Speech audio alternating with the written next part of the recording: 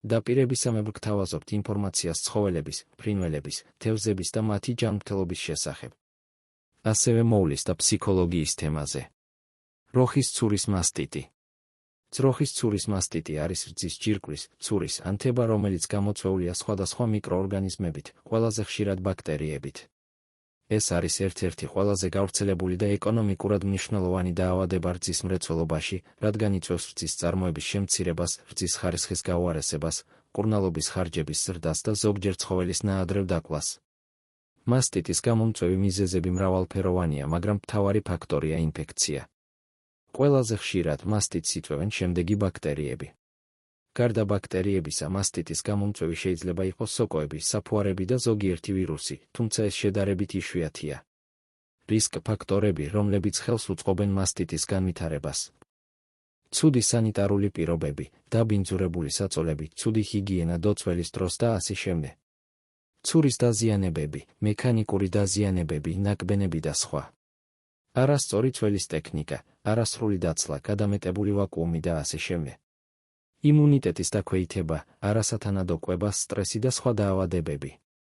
მემკვიდრეობითი განწყობა, ზოგიერთი ძროხა უფრო მგრძნობიარეა მასტიტის მიმართ.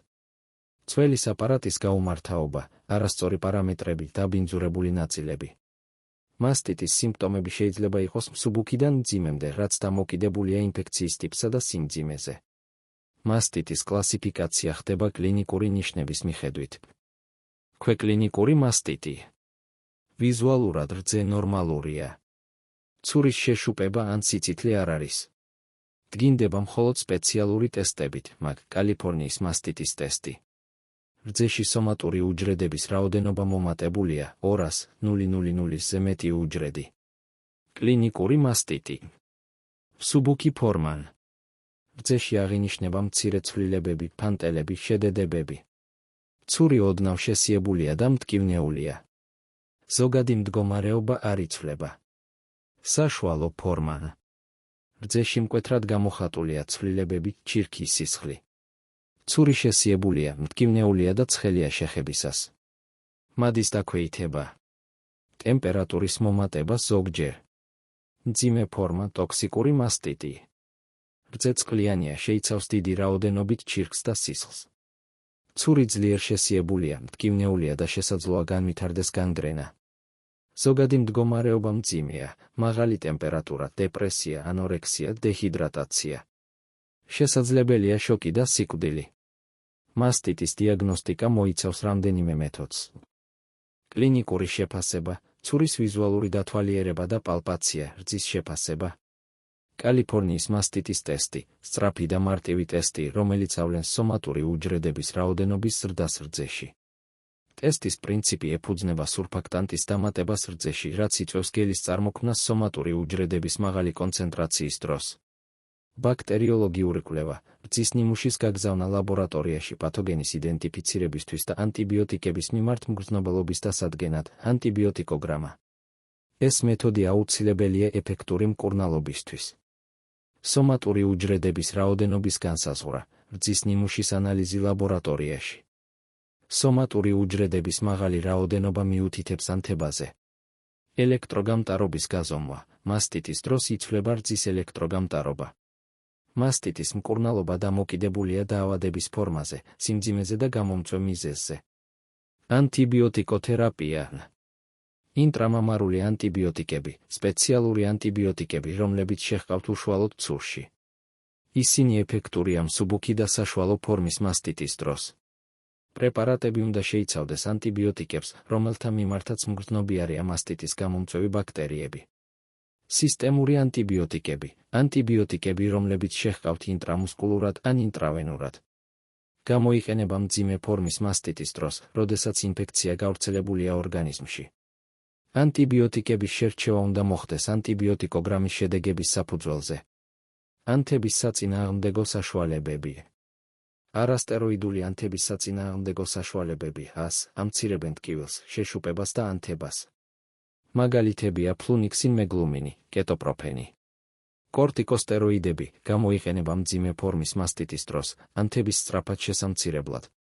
ცურის ხშირი დაცლა, ხელით ან აპარატით, ყოველ 2-3 საათში. ეს ხელს უწყობს ინფექციის გავრცელების შეზღუდვას და ტოქსინების გამოდევნას. ოქსიტოცინი, ამ პრეპარატის გამოყენება ხელს უწყობს რძის გამოყოფას და ცურის სრულ დაცლას. ადგილობრივი დამუშავება. თბილი კომპრესები, ამცირებს შეშუპებას და ტკივილს. ანტისეპტიკური ხსნარები, ცურის დეზინფექციისთვის. გამაძლიერებელი თერაპია. ვიტამინები და მინერალები, იმუნიტეტის გასაძლიერებლად. განსაკუთრებით მნიშვნელოვანია D და E ვიტამინები, ასევე სელენი და თუთია. გლუკოზის ხსნარი ინტრავენურად, ენერგიის წყარო და დეჰიდრატაციის პრევენცია. ქირურგიული ჩარევა, ზოგჯერ საჭიროა აბსცესის დრენირება ან ცურის ნაწილობრივი ამოკვეთა. სამკურნალო მედიკამენტების, მალამოების და ფიზიკური მკურნალობის საშუალებების ჩამონათვალი. ანტიბიოტიკები, ინტრამამარული. ამოქსიცილინი. ცეფაპირინი. ცეპტიოფური. პენიცილინი. ტეტრაციკლინი. ანტიბიოტიკები, სისტემური. ცეპტიოფური. ენროფლოქსაცინი. ამპიცილინი. ანთების საწინააღმდეგო საშუალებები. ფლუნიქსინმეგლუმინი, ინტრავენურად. კეტოპროფენი, ინტრავენურად ან ინტრამუსკულურად. მელოქსიკამი, პერორალურად ან ინექციით. დექსამეტაზონი, ინტრავენურად ან ინტრამუსკულურად, სიფრთხილით. ადგილობრივი დამუშავების საშუალებები. იოდის ხსნარი. ქლორჰექსიდინი. ფიზიოლოგიური ხსნარი. თბილი წყალი კომპრესებისთვის. ფიზიკური მკურნალობის მეთოდები. თბილი კომპრესები, დღეში რამდენჯერმე. ცურის მასაჟი, ნაზად სისხლის მიმოქცევის გასაუმჯობესებლად. რჩევები. პრევენცია. სათანადო ჰიგიენა დოცველის წინ და მის შემდეგ, ცურის დაბანა და დეზინფექცია. საწოლების რეგულარული გაწმენდა და დეზინფექცია. დოცველის აპარატის რეგულარული შემოწმება და კალიბრაცია. ძროხების დაბალანსებული კვება და საკმარისი წყალი. სტრესის შემცირება. მასტიტისადმი მდგრადი ჯიშების შერჩევა.